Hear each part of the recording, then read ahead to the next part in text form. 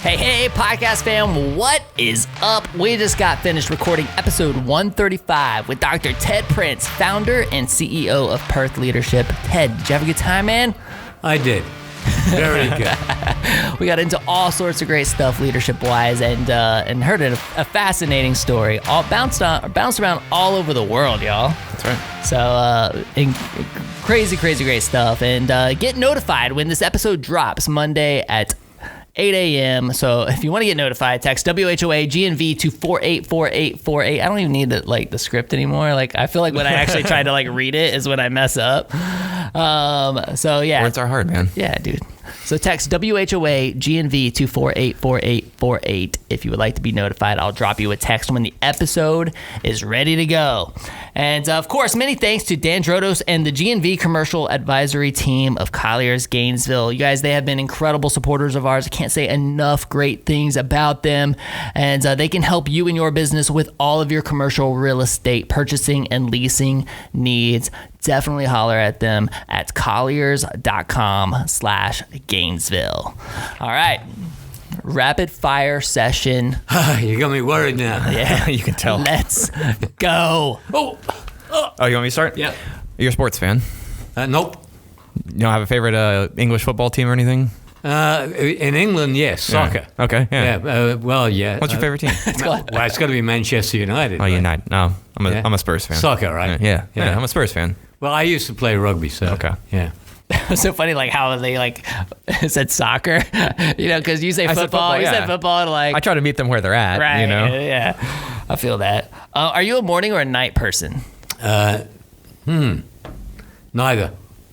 Well, morning. Well, I run in the morning, so yeah. Okay, so what time do you wake up? Usually 6. 6? Mm-hmm. When are you going out on that run? 6:30 to 7. Okay, so first thing. Yeah. Get that run, okay. How long are you running? 4 to 5 miles. Every morning? Dang, that's a long way, man. Mm-hmm. Wow. Do you run competitively, or is it just like a release I used to. Okay. I stopped, but I used to do marathons, halves, yeah. How fast can you run a mile? 11, 12 minutes now. Okay. So pretty slow. I used to be 7 or 8, but no longer. It's better than me, actually. What is the one thing that annoys you the most? A lot of talking, which I'm good at. Me too. What is your favorite English food? Pickles. Just pickled cucumbers? Like just regular pickles? Pickled onions. Pickled anything? Yeah. Yeah. Marmite. Do you know Marmite? Yeah, I know Marmite. Yeah, Marmite. Okay, describe yourself in 3 words. Focused, intense, innovative. Have you ever been to an Outback Steakhouse? I have. Is it anything like Australia? No. Didn't think so. You have also been to an Outback Steakhouse. I used to work at Outback. I know. That's right. Yeah, when I was in high school and in college, so yeah. But they don't have many sheep there either. No, they don't. Right? No. Or camels. You'd probably notice. Right? No, great stories in this coming up episode, you guys. What store do you shop at the most? Target. Target, really? Did not picture you as a Target guy. I go with my wife. I do what I'm told. Okay. By myself, I go H&M. Okay. Really? Do you have a favorite item that you like to purchase? Chocolate. Chocolate. Okay. Interesting. I had Picture the real. you as a shoe guy. I don't know. I bet this guy buys a bunch of shoes. I learned. Nikes. There you go. I learned this month that there's a difference between the Cadbury chocolate in England and the Cadbury chocolate you get in America. It's true. It's true. I'm blown away by that. And of course, you have this chocolate, which is terrible. Right. As it should be. Hershey's, right? Okay. So you're comparing Cadbury to Hershey's. Well, definitely very substandard. Okay. Oh. I mean, if you've had the real... A pallid copy. I had the real Cadbury, this past... this month. Yeah. Yeah. And it was You had the real Cadbury. the real from English England? Cadbury, yeah. What? Somebody shipped it over or what? Yeah. Yeah. Did you order it from over there? What happened there? No, Miranda, my girlfriend, her grandfather's English. Okay. And so he had it ordered to him as a Christmas Yeah, present. so we do that too. What kind of Cadbury chocolate did you get? I mean, it was an assortment. There's the Wisps and there was the caramel cream. caramels? Yeah. Oh yeah, dude, Yeah. Yeah. They There's all call them, kinds what do of they call? They call them something different here too. Yeah. It's in the same packaging, like style packaging. But anyway, I do the same thing though because I have friends in England and we have them like ship the stuff over. Is it your turn or my turn? I don't remember. I asked what store. You said. Oh, if you could be any animal, what would it be and why? Cat. And why? Because they can be remote. People leave them on their own. And they're self-sufficient. If you could live anywhere in the world, where would it be? China or Switzerland. Those are two very different. Yeah, very different. I've done a lot of work in China. I used to speak, I'm pretty rusty these days, but I speak a lot of Chinese. I'm very interested in the culture. And Switzerland, I don't know if you've ever been there, but it's just so incredible, clean, fabulous skiing, right? I feel like I get targeted on Facebook all the time. I don't know if it's just the extreme vacation pages that I follow.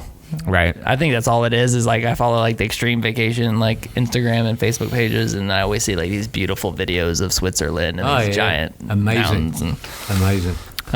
What is the worst job you could have? I actually am one of these guys who will talk about the nobility of labor. Stupid, right? No, I mean, I get it. I think all jobs are good. And I think people who look down on them have got a problem. And what it means is they've never been there. I used to have a very good friend. He was a CEO of a company. And he used to tell me, it's an incredible privilege for people to have a job, right?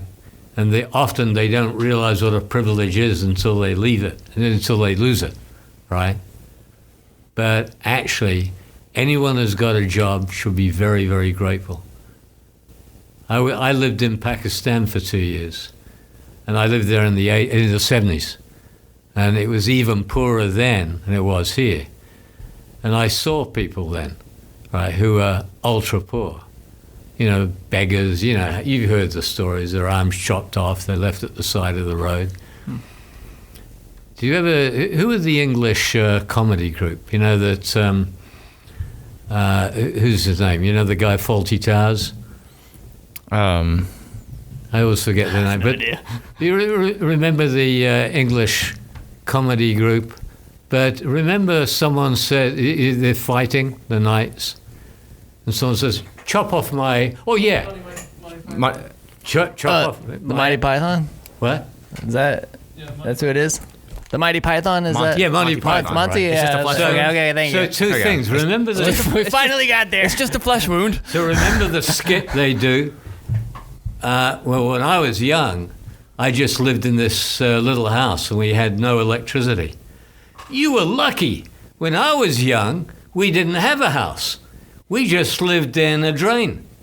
You were lucky. When I was young, we lived in a pipe and we were beaten every morning by an ogre, and we were starved for 7 days a week.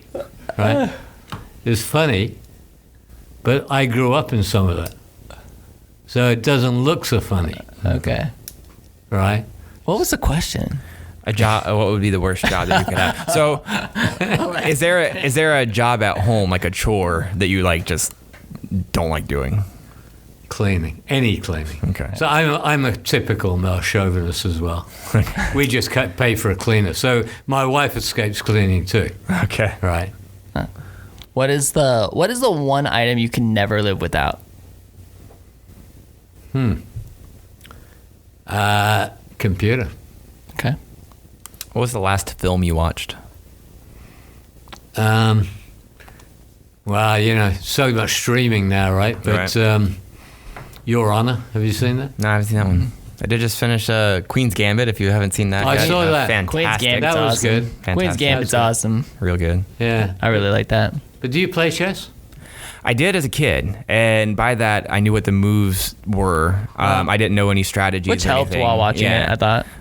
But Not that you need to know But chess to we watch played it. on like CD-ROM computer games. We played in person, and I knew who Bobby Fischer and some of these like chess grandmasters were. Well, I like the film. I play chess, or I used to play chess, but I was very disappointed she was so beautiful.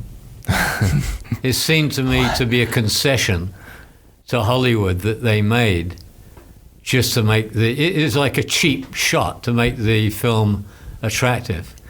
They made her very beautiful, which is nice, but it just struck me as being a cheap shot. Now, I know this was modeled after books, and I did not read them, so I don't know if that is perhaps why, like if it says anything in the books about what she looked like. idea. Well, it was a particular interest to me because in the story, she was an orphan who grew up in kids' homes and learnt chess from someone in the home, The janitor. a janitor, right? Yeah. And I could never imagine anyone teaching me anything in those places, so she must have lucked out. But that resonated. Yeah. Guys, we'll get more on Ted's story on Monday, and you'll understand why that connection is there. And Ted, this is the final question. If our podcast could connect you to one person, who would it be? Mitt Romney. Really? Why? He's a guy with principles. He's very religious. He doesn't let it get in the way. I don't care. It's not the fact that he's a Republican or a Democrat. I just think he's a good man. Cool. Well, apparently he's a huge fan of our show. I think so. And he'll be reaching out to you. So Mitt, reach out to Ted here. You can find him on LinkedIn. And everybody, thanks so much for listening. Thanks for sharing this episode with everybody. Check it out Monday at 8 a.m. And we love you guys. Have a great weekend. We will see you later.